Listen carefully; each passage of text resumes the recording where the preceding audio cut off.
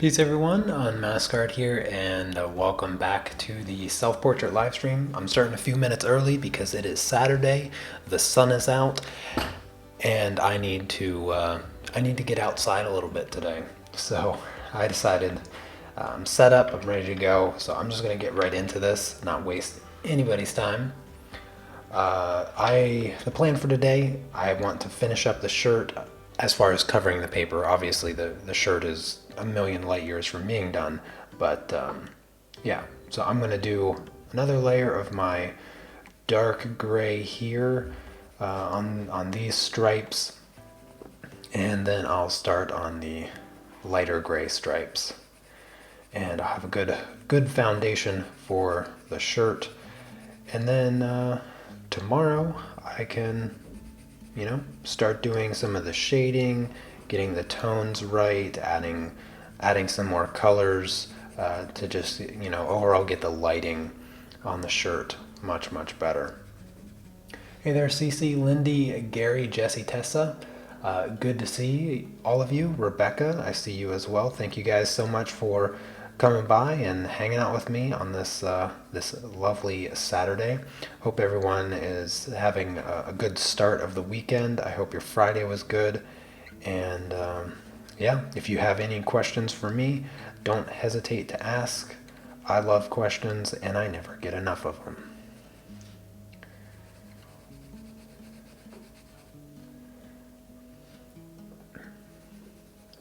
It's so nice to see familiar faces day after day in the live chat. You guys are awesome. Really appreciate you coming by and just keeping me company with this very long and tedious project. Day 18. We're like sort of kind of 2/3 of the way through, real close to the 2/3 mark. So doing good. Almost have the paper completely covered. I did forget one thing. Like I was thinking that once I have the shirt done, the paper will be completely covered. But I actually have my arm showing down here, but part of my tattoo shows, so I avoided that area because I'll need to get a few different colors to color in my tattoo. There's some red. There's a little bit of red and a little bit of blue of my tattoo showing through. So, yeah, I'll have to do that one day. Maybe I'll do that tomorrow. Since I'll have the shirt filled in, I'll just do my small portion of tattoo that shows up down there.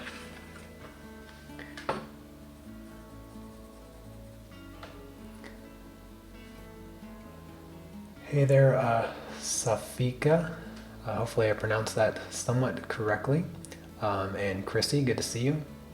Do I have any hobbies, art related or otherwise? Yeah, maybe nothing that I really consider a hobby. I don't even know if I consider art a hobby anymore. It's more of like a lifestyle. My whole life revolves around doing art now that I do it for a living. Let's see. I would say video games is a mild hobby. It hasn't been for a really long time. I haven't been playing video games for most of my adulthood life, actually. I played a whole bunch when I was younger, but then once I joined the military, video games kind of fell to the wayside a little bit.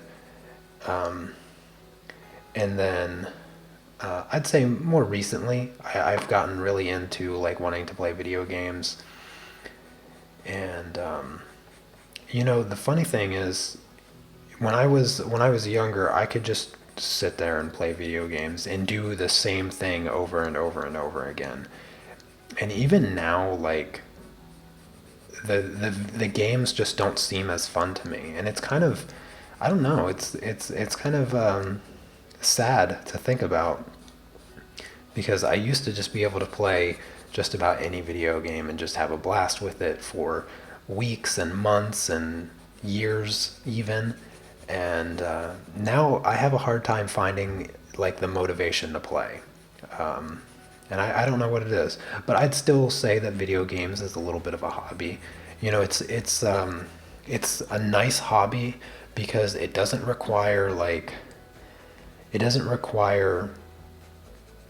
my mind to be super active, if that makes sense. It kind of slows me down. It lets me to just shut my brain off and just, do some mindless actions. The games that I'm currently playing, Path of Exile and PUBG. And then another hobby of mine is to play chess. I really, really like to play chess. It gets very, I get really, really irritated playing chess. It gets frustrating for me. But I still love the game. So I'd consider chess a hobby, a mild hobby, just like video games. I like, I like to read. I haven't read as much as I wish I would this year, but I've been thinking about, I've been thinking about starting a new YouTube channel where I just read, and I would upload like one chapter of a book at a time. I think that it could go over well, given the love many of you have for my voice and just hearing me. But I need to look into the legal side of things, of whether or not you're allowed to do like your own audiobook, because technically it would be an audiobook, right? So I'm curious if that is a possibility for me to do. If anybody in the chat knows anything about that, let me know, because there's all this adpocalypse and monetization issues on YouTube that you're always having to deal with, even when you're creating 100% original content. But I also want to make sure that, like, if I were to read a book that's obviously written by somebody else, what kind of like copyright issues would I face to upload such content to YouTube? That's really what's holding me back, is I just don't know that. And I think it'd be cool to do that, simply because it would give me an opportunity to like to accomplish two things at the same time. I would be reading more, which would be great, and I would also be making content that I think would have a decent audience on YouTube. So always thinking of simple ways to expand.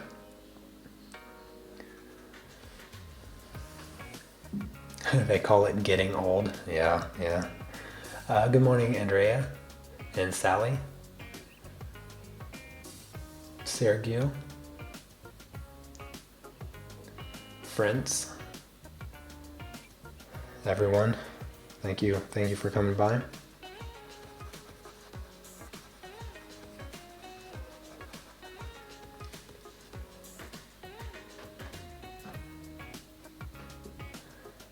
Some years ago I had that idea with another friend, but quit the idea because of copyrights. Yeah, that's the thing that I just don't I don't know anything about when it comes to books. Like even nowadays on YouTube, you can't do cover songs, even if you like completely change the song. Like if you were to do a cover song of whatever song's popular on the radio right now, but let's say let's say it's 100% an a cappella cover, so you make all the sounds with your mouth or whatever. Apparently now you can't even monetize like the cover songs. The original like record company or whatever that owns the song, they can claim your cover song now, and so you can't even do like the cover song stuff.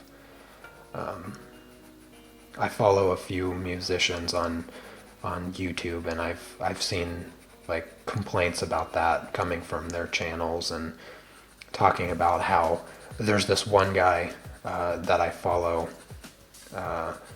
He's more of a technical side of music teacher, so he teaches like real in-depth like music theory stuff. And he would say, like, he would be talking about a specific chord that is used in songs. Like, and if you don't know what a chord is, it's just a collection of 3 or more notes played simultaneously. And it was like a G major 7 chord that he was talking about, and all he did was mention songs that used the chord, and he got, like, his video got claimed by like something. And it's a real big headache on YouTube right now with people claiming videos that they have no right to claim, and YouTube doesn't make like it doesn't make it easy for the content creators to, combat false claims like that. There's no like good avenue to fight such claims.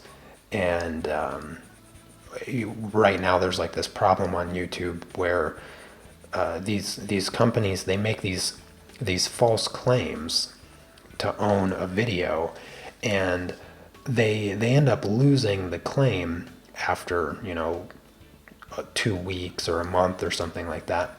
But when they are claiming these popular YouTubers that get 1 million views within the first week, they're losing all that money, and all that money instead goes to the person that made the false claim.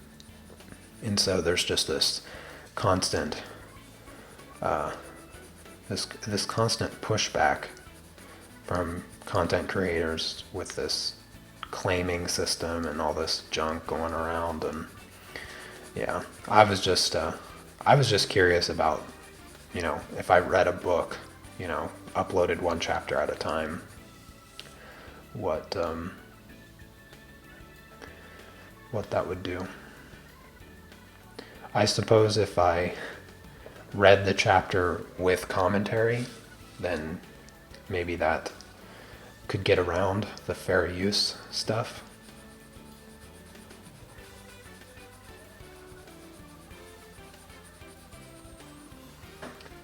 I think it would be a fabulous idea, the storytelling thing. I'd listen to you while I do my artwork, but the copyright thing is something to think about. Yeah, that's the thing. I wonder if I could, I don't know if I want to reach out to like a publisher or something and be like, hey, I want to start reading books, uploading the audio, and see if I could work out some kind of deal. But I don't really want to go that far with it, I was just thinking, do it, and people might enjoy it. I suppose I could just do it, and just not, I wouldn't be able to monetize the content right away anyway, but just do it and not worry about making money from it.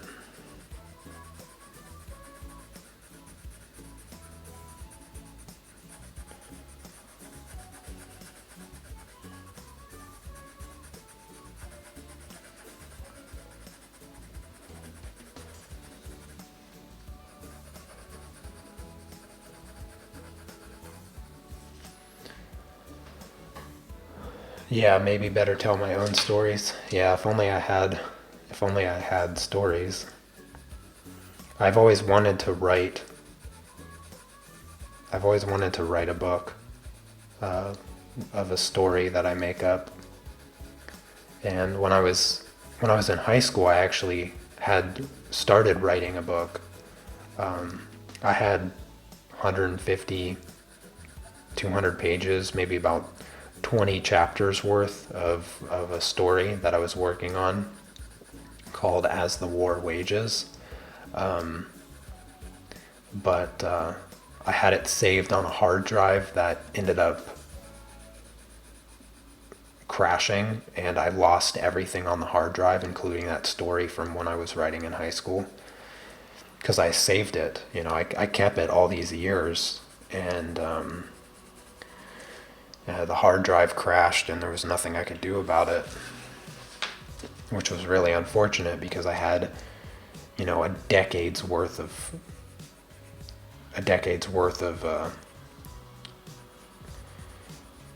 photographs on the hard drive also. Every single photo and video I took while I was in the military was on that hard drive. And so I just lost like this, irreplaceable information on the hard drive, which was really unfortunate, but nothing I could do about it.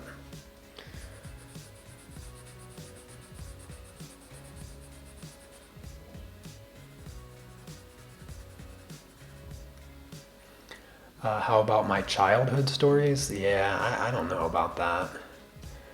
I'm trying to. I would prefer to do like stories people might enjoy, not stories that would depress people.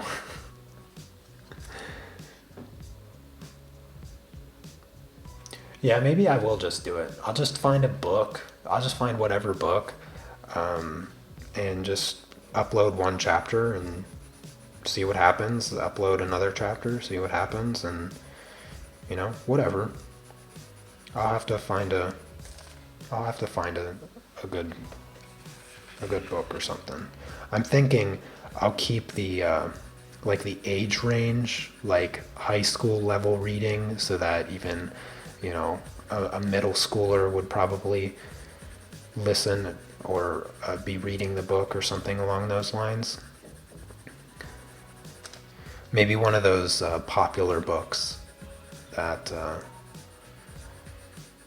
that they always make you read in high school. Maybe start with something like that. That'd be kind of fun.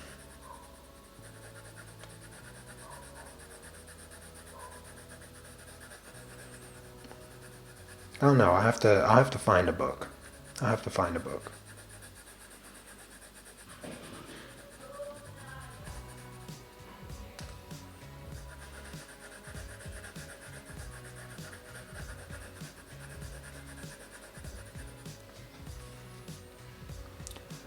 Actually, I don't know if I do have very many military stories. I mean, I never did go into full detail of what happened to me in the military.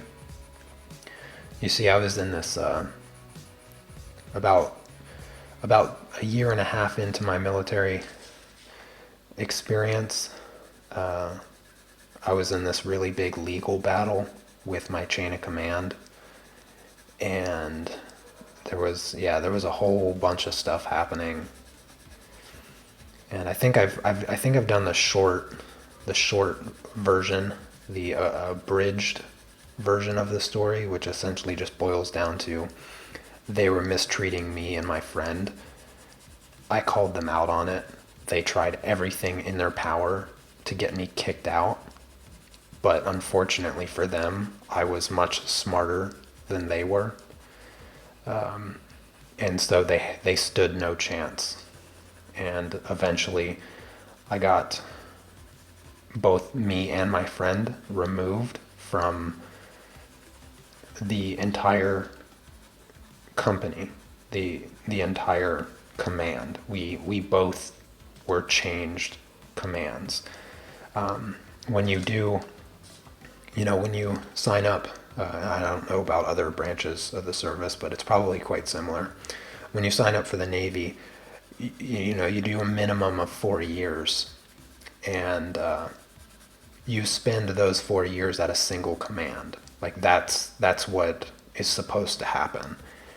But we did 2 years at one command and 2 years at another, which is not what is supposed to happen. And the reason is because I got both of us moved from our first command and sent to separate commands. He went to where did he go? He went to the Stennis, and I went to the Nimitz. We both were on the Abraham Lincoln, so not a normal experience, but they didn't know what they were dealing with when they confronted me, try to get me in trouble for some nonsense. I don't. There's like one general rule that I've always kind of lived my life by, and that is don't take crap from anybody.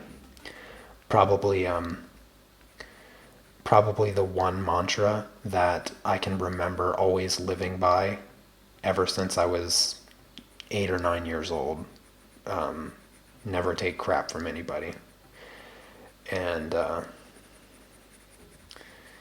yeah, I didn't let them give me crap.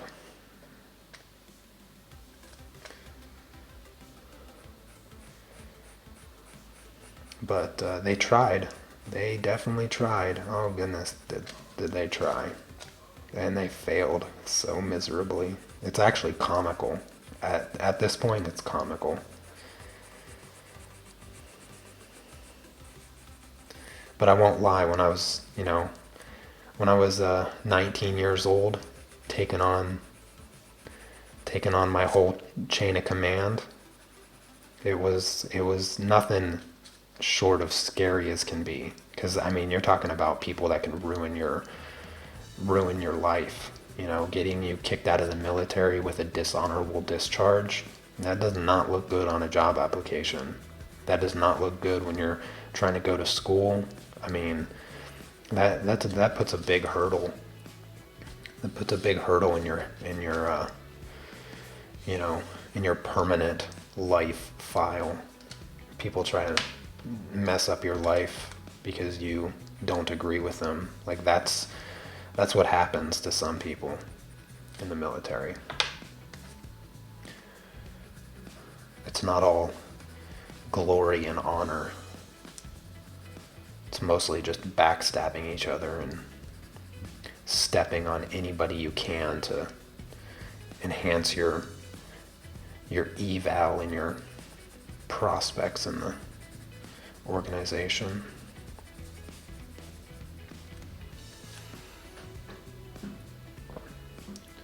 Do I read manga? Yes, I do. Thinking about writing a short story about my element playing cards that I'm painting. Oh, that would be cool. That'd be cool to have a short story kind of giving you the characters that you make for like the kings and the queens and jacks and everything, giving them even just like a little history among each other, and you could put it along with the cards. So now the cards are even more than just playing cards. They're kind of like a whole story. That'd be kind of cool.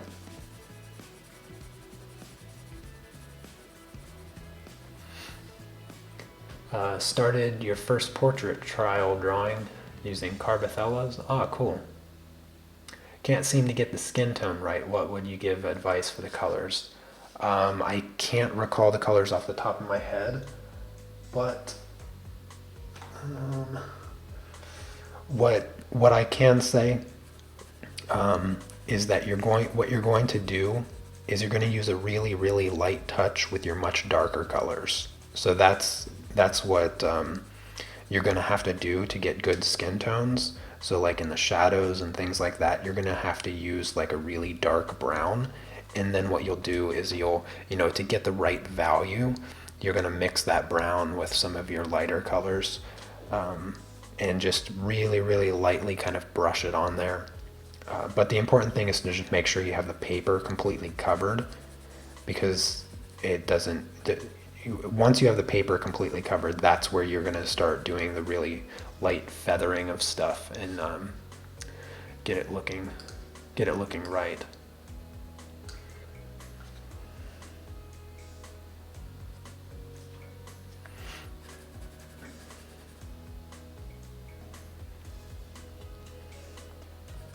Oh, that's cool, Chrissy. Yeah, putting together a story like that sounds fun.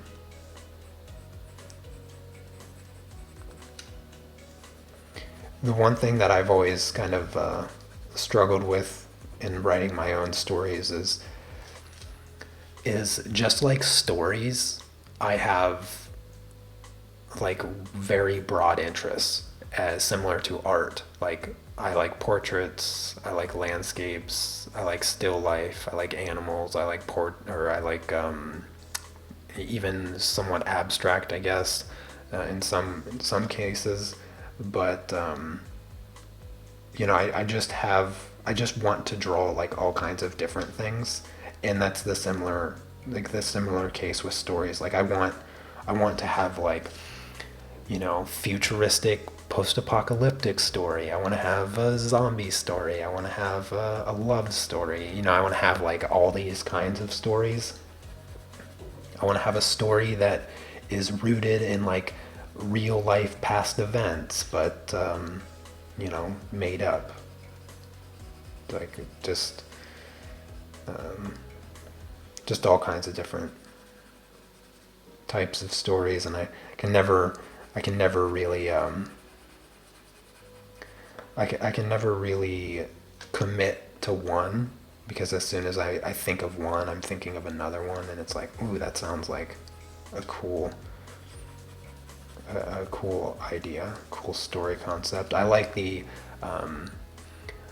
kind of the what's the I don't even know what to call it. Kind of the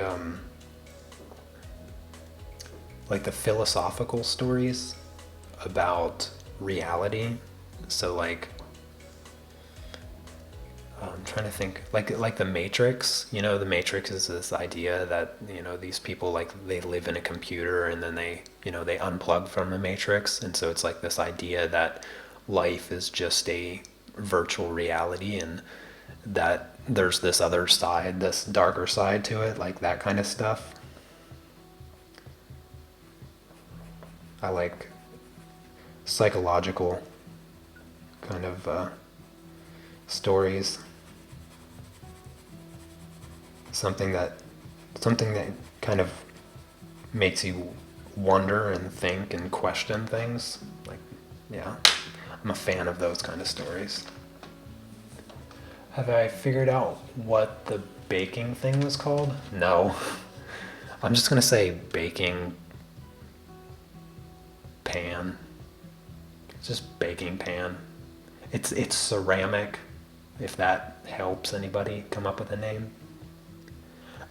But now that, since you brought it up, I did the stuffed peppers last night, and oh my goodness, they were so good. They were delicious. Like, I thought that I could fit more in the pan, but I could only make 4, because once I stuffed them, they took up so much space that I could only fit 4 in the pan. And so I was 2 for me and 2 for my wife. And I had the first one. I was like, oh my gosh, I wish I had a bigger oven. I wish I had a bigger pan. I would have made like 10 of them and eaten all 5 of them at once, because they were so good. So what I ended up doing with them, I think I kind of explained my thought process a little bit of what I was going to do, but once I started making them, I was like, ooh, I'm going to throw this in there. Ooh, I'm going to do this. So what I ended up doing was I actually made my kasha bulgur and lentils. I just put them in the same pot and boiled them until they were just like extra soft. And then in my frying pan, I water fried onions and spinach and garlic. And so I fried those, water fried those. And by water fry, like, it's hard to explain, but essentially you just put like a little bit of water in it. It makes the stuff soft, and then as the water evaporates, it starts to get a little brown, tiny bit brown, from just kind of overheating in the pan, I guess you could say. But anyways, I seasoned the veggies with cumin, coriander, chili, and salt and pepper. And then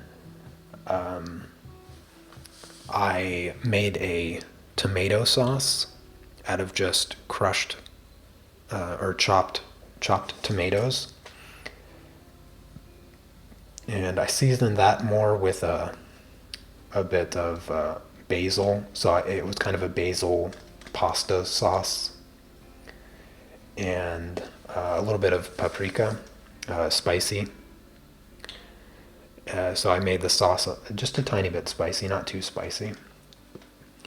And then I mixed in the lentils and bulgur with the onions and spinach and garlic. And then I just fried it a little bit. I just cooked it all together and mixed it. And that's what I used to stuff the peppers with. And so I stuffed the peppers with that. And then I covered it with the tomato sauce. And then I baked it in the oven for 45 minutes. And it was just the best. I have one pepper left. Or maybe I have two. I'm not sure exactly. I think one or two peppers left. And all I'm thinking about now is making another one, because I still have plenty of filling and all of that. But it was super good. Like, I totally just made the stuff up. I even just guessed on how long I should bake it for and what temperature to bake it at. I just 100% made it up in the kitchen as I went along, and it just came out so good. Even my wife thought it was really good, and she's rather difficult to please when it comes to food, because she's so used to what she likes. She knows what she likes, so she's very particular in that way. So anytime I make something new, she's always like the scale of what I need to do to impress. So if she says that it's tasty, then it's super tasty.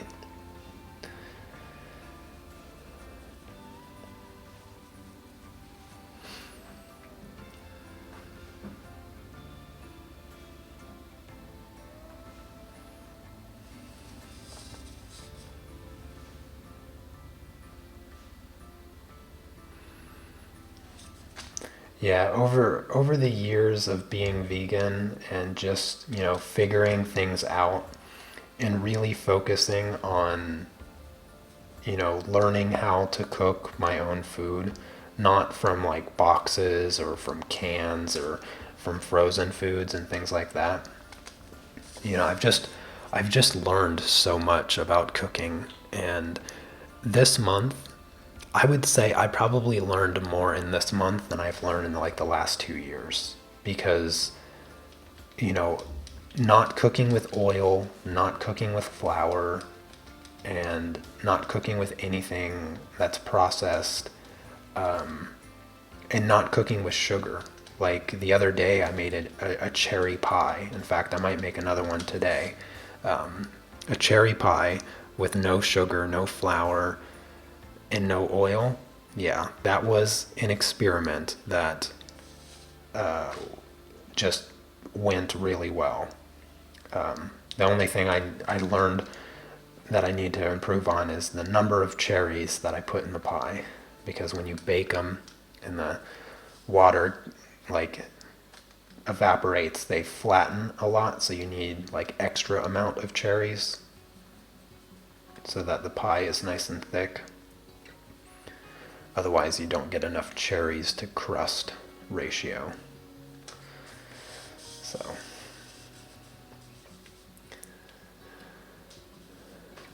yeah, a vegan cookbook. I think that is going to be a future endeavor. I don't know if I'll do it. I don't know when I would plan on doing that, but I say maybe like in the next 5 years, possibly. I think that's a possibility. See, I have several cookbooks, and I hate cookbooks. I do. I hate cookbooks because I feel like they're so garbage. I feel like they're 100% garbage. Because I have this one that's like, oh, 7 ingredients or less for every single thing in the book. And it's like, oh, that's cool. The recipes should be super simple and anybody should be able to do it. No. That's not what it is. It's like seven of the most obscure ingredients that you've never heard of, with like preparation things that you've never done or heard of or seen somebody do. And it's just words on a page. Oh gosh, it's just, I just hate cookbooks that are like that. And it just drives me nuts. It just drives me absolutely nuts. And it just, I went, I got them for my wife's birthday last year. Was it last year? I'm pretty sure, yeah, it had to have been last year. It wasn't this year. And what I did is I found like the highest rated cookbooks or whatever, things that had good reviews and blah, blah, blah. And I got a couple of them. I got two of them, if I'm not mistaken. And I don't think we've done a single recipe out of one of them, because either it has like some weird, crazy ingredient, or it just, yeah, I don't know. It just drives me nuts. Especially when they don't have pictures and you have no idea what it's supposed to look like. Like, even as good as a cook as I consider myself to be, if I can't figure out what the heck the cookbook is supposed to be doing, then you failed. I don't understand who the cookbook is written for, and I'm baffled by the reviews. Like, you get a cookbook with like 400 pages and like 9,000 recipes, and then you just can't find anything that you want to make from it.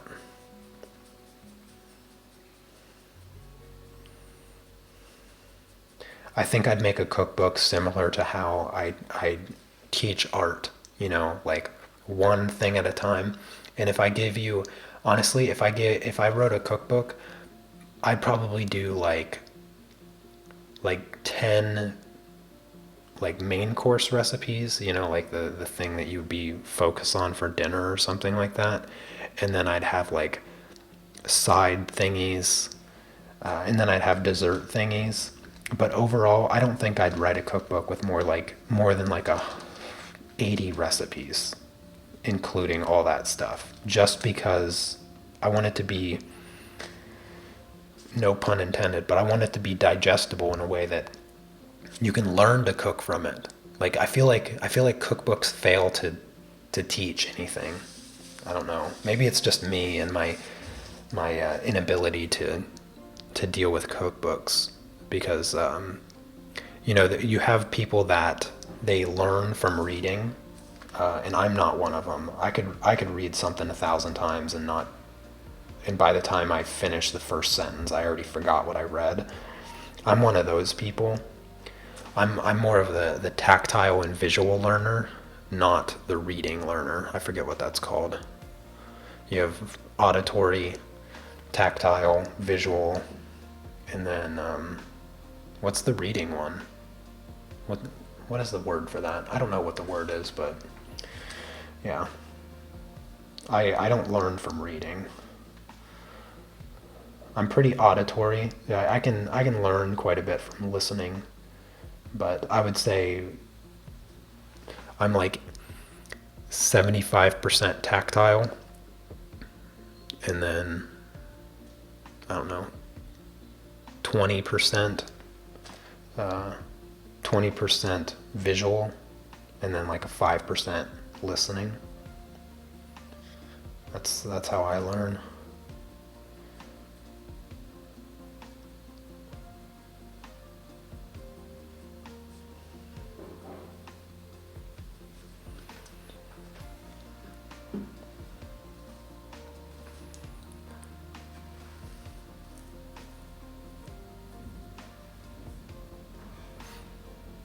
I've always wanted to do a cookbook, and I've always wanted to focus on categorizing, like putting methods together or ingredients.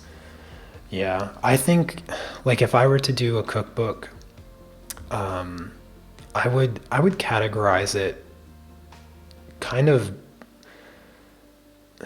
I think I'd categorize it more based on what it is. So there'd probably be like side dishes. Like there's a few like lentil salads or chickpea salads that my wife and I make. Maybe like a gravy or something like that, so that you can learn how to make gravies in any way possible. Because gravy is like something. Gravy is literally like leftover. That's how I think of gravies. Because what I do with gravies is I don't use like vegetable broth that I would otherwise buy from the store. Instead, if I'm making a veggie like Brussels sprouts or broccoli or something like that, and I boil them, I just use that water, and then I just season it to make gravy. Of course, I make roux, but not this month, you know. No, no oils this month, so can't make roux without oil.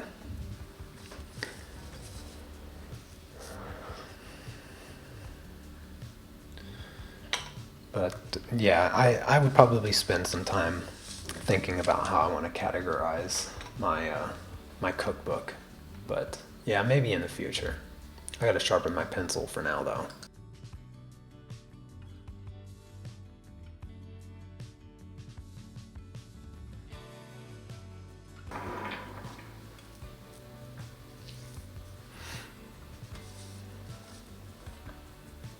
The thing with my cookbook is that it wouldn't be any particular like type of food. It would be Italian and Mexican and American and Polish at this point.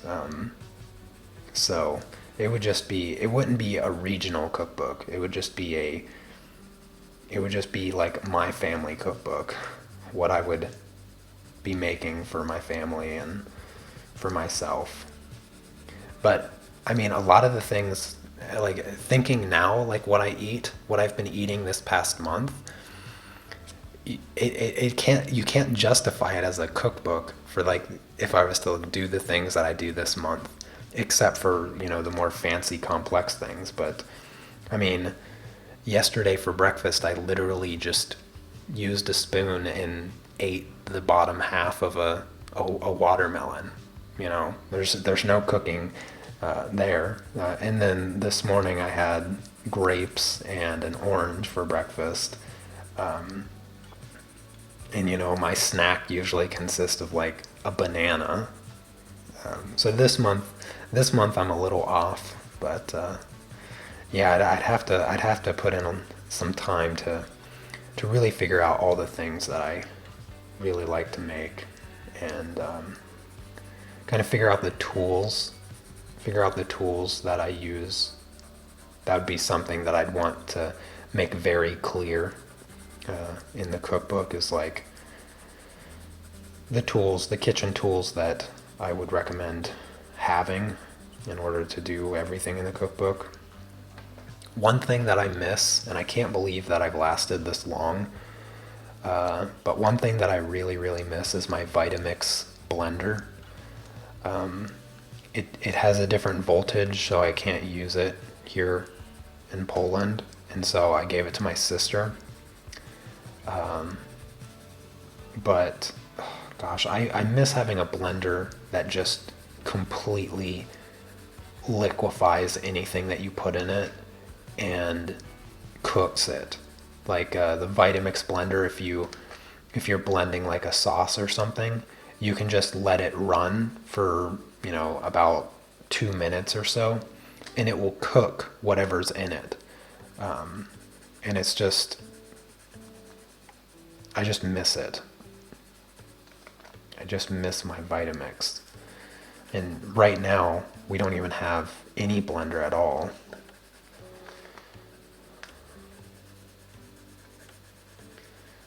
I don't really want to buy another one. Like I do, but what I mean is I don't want to spend the money on another one.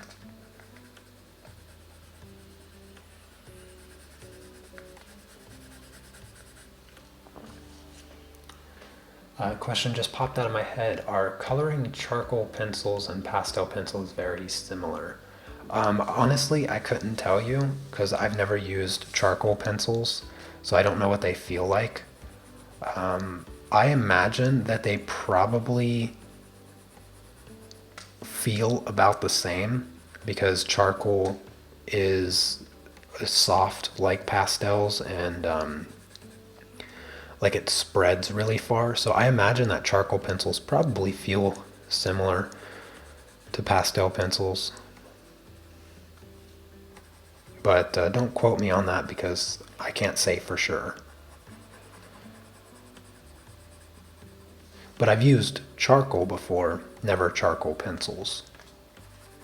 And I know that it remembering back, I can remember that it spreads across the paper, very similar to pastels. So it's probably quite similar.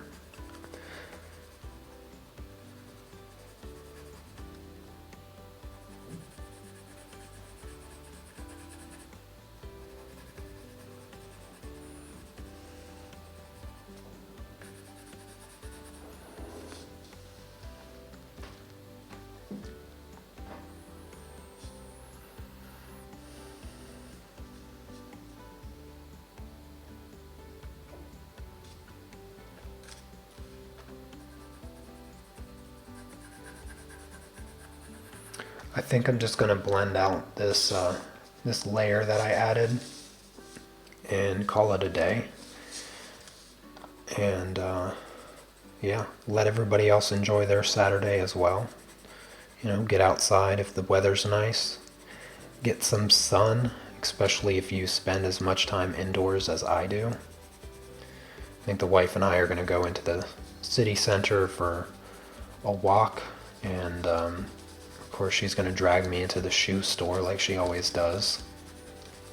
My wife can never find a pair of shoes. I don't know what it is at this point, but as soon as I walk into a shoe store, I immediately need a nap. I don't know if anybody else is like that, but I just despise shopping with like every ounce of my being. Like I cannot stand it. I never ever in my life have had fun shopping. Never.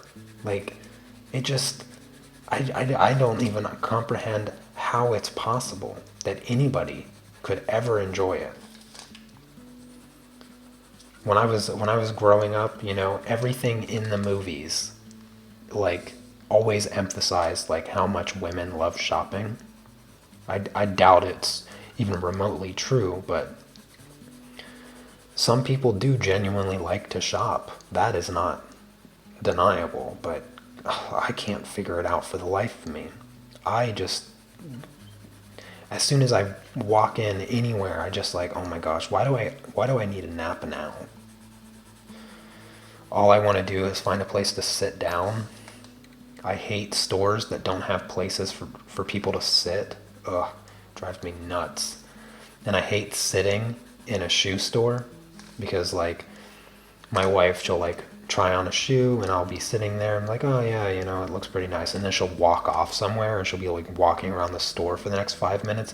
And there I am, all creepy in the women's section, sitting on the stool that everybody uses to try on shoes. And I'm just sitting there with like boxes in my lap and people walking by. Oh gosh, it just drives me nuts. I can't stand it.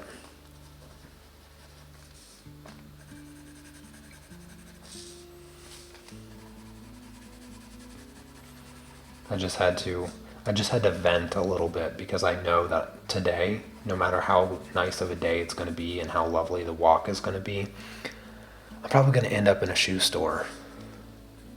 And it's going to go the same way it always goes. We walk in, spend like 20 minutes, her trying on shoes, not getting any of them.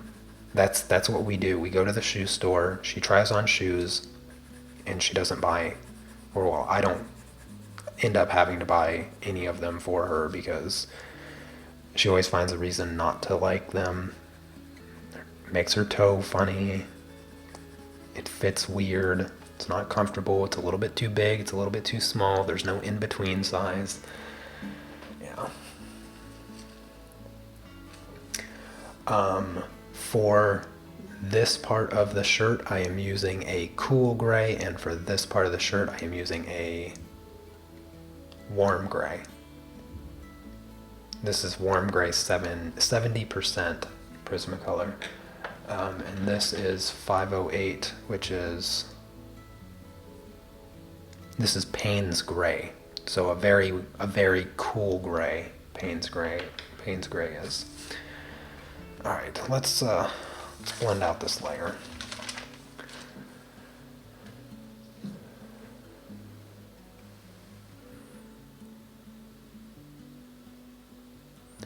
If my shirts, Sally, if my shirts and stuff just didn't wear out, I would never shop ever again. Eventually, my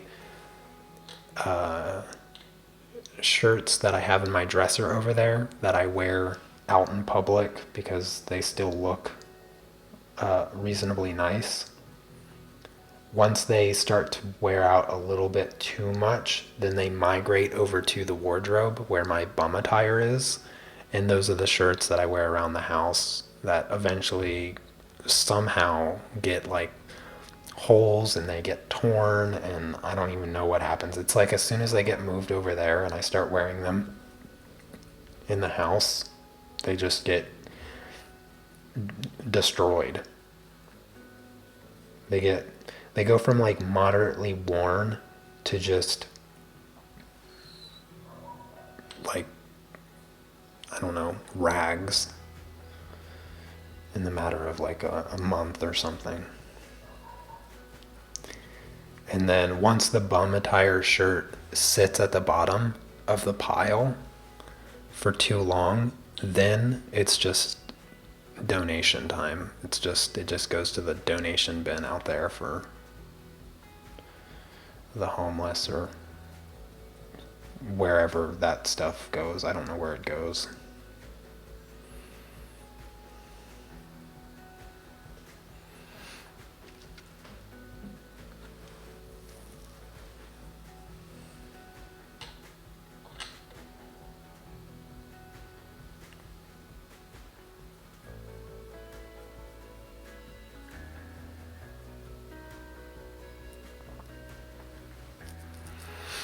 I just always get way too tired when I go shopping. I don't know if it's psychological or what, but I could be 100% full of energy and just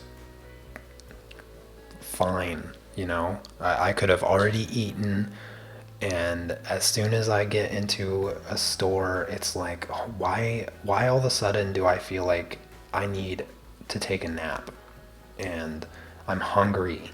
Like, I just ate, but why am I hungry? That's what it feels like every time I walk into a store, and it just drives me nuts. Drives me absolutely crazy.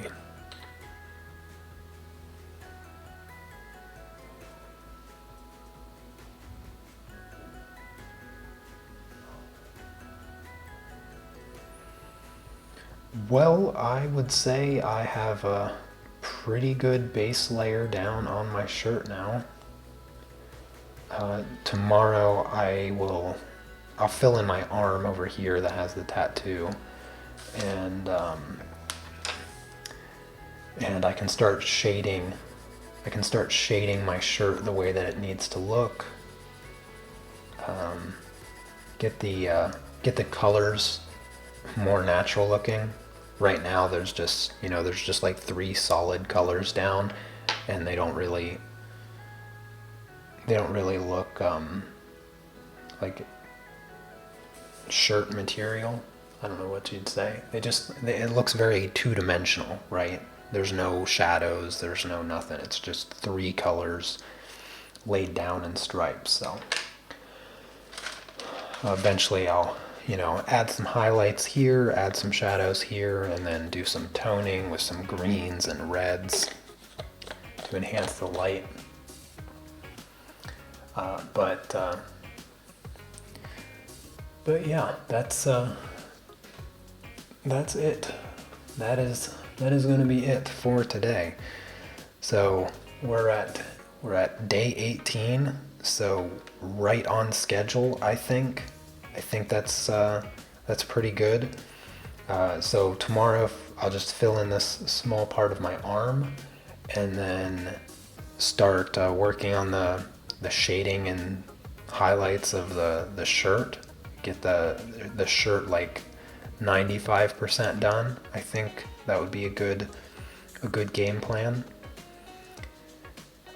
Probably have to spend another day on the shirt, possibly Monday and maybe even Tuesday, just depending on how long it takes. You know, I just you just never really know until you dive into it.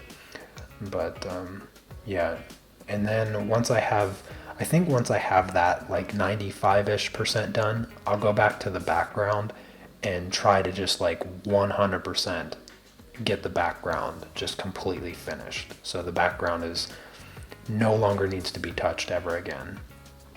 Because there's still like 2 more layers I think I could add for the background to just make it even smoother than it is now. And there's some bits here where I need to get closer to everything, and then fix this little halo effect that happened when I worked on my hair. And then just make sure the edge is super clean, and then I'll have the background done.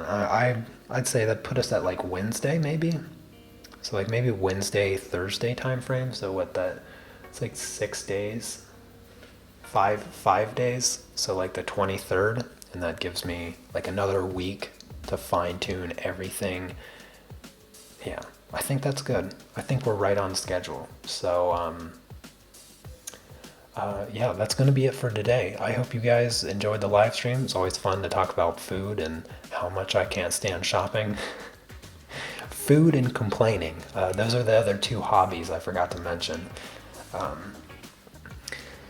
So anyways, yeah, enjoy the rest of your Saturday. I will see you all again tomorrow. So take care. Peace.